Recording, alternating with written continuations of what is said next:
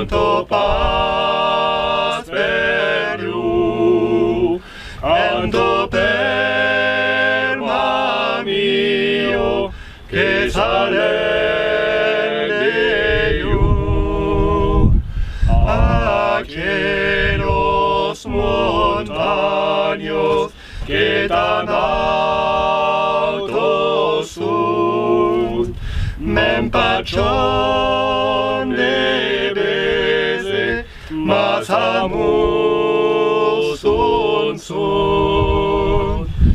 Que canto pasperiu, canto per mio, que saleu, devant ma fenestro, ayunau cielo. L'épidémie et le confinement dérangent nos habitudes, bousculent nos certitudes. Comment continuer à trouver du sens à vivre dans la paix et l'espérance? Je vous propose de suivre ensemble un parcours digital qui va nous aider à traverser avec Jésus cette épidémie de coronavirus.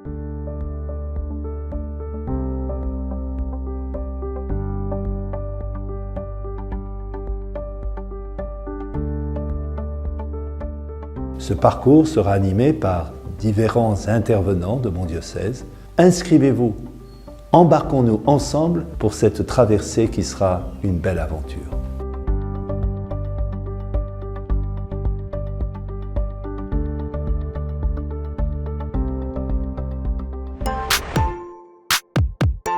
Bonjour à tous.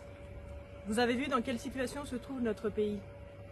Et je crois que l'heure est venue de combattre le coronavirus avec l'arme la plus puissante que nous ayons.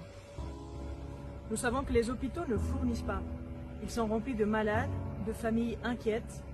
Les médecins et infirmières n'en peuvent plus. Ils tombent de fatigue et de sommeil. Alors pour les aider, nous allons faire une action très simple à laquelle vous pouvez tous souscrire. La première chose que vous devez faire, c'est de choisir un hôpital, celui que vous voudrez. Par exemple, celui de Beaumont, celui de Pontoise, l'hôpital Necker à Paris, celui où vous êtes né, le plus proche de chez vous, n'importe. Une fois que vous l'avez choisi, ce que nous allons faire, c'est le contaminer. Non pas de virus, mais de joie et de prière. Vous pouvez offrir votre travail à la maison, votre prière, ou ces disputes qui vont surgir avec vos frères et sœurs ou avec vos parents, puisque vous êtes tous ensemble H24. C'est-à-dire qu'au lieu de râler parce qu'Internet rame ou parce que votre petit frère vous a pris votre console, vous vous taisez et vous pensez aux difficultés de cet hôpital. Et de cette façon, nous obtenons que notre fatigue devienne leur repos. Donc, je vous invite à partager cette action avec votre famille, vos amis, vos voisins, que chacun choisisse son hôpital et que nous commencions tous à les contaminer tout de suite.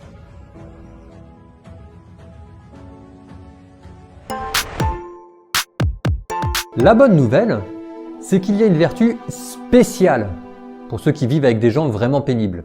C'est ce qu'on appelle la longanimité. La longanimité, c'est la patience au long cours. Vivre et supporter quelqu'un qui ne vous aime pas, jour après jour, semaine après semaine, année après année. Alors, voici quelques conseils pour cultiver la longanimité. Ce sont les conseils d'un petit moinillon à qui la vie commune a quand même fini par apprendre une ou deux petites choses. Premier conseil, ne pas abdiquer sa dignité. Savoir exactement où vous mettez le curseur entre ce que vous pouvez encaisser et ce que vous ne pouvez pas encaisser. Imaginez que votre conjoint vous méprise et ne cesse de vous humilier pour vous abaisser. Et vous êtes confiné avec lui. Alors il faut que ce soit extrêmement clair dans votre tête.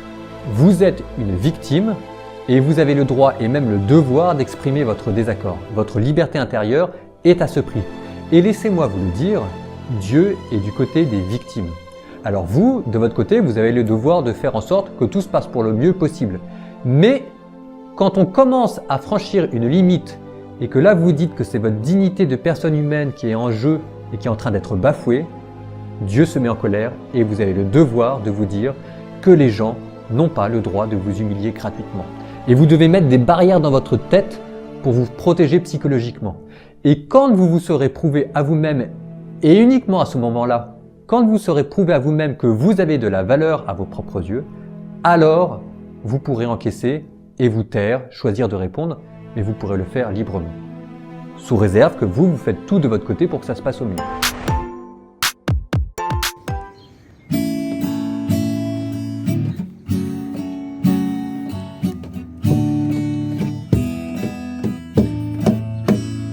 Ma prière monte vers toi, par la musique, par nos voix. Je me tourne vers toi, que toute ma vie s'offre à toi. Pour ta présence d'aujourd'hui, merci Seigneur, merci. Pour tes merveilles dans ma vie, merci Seigneur, merci.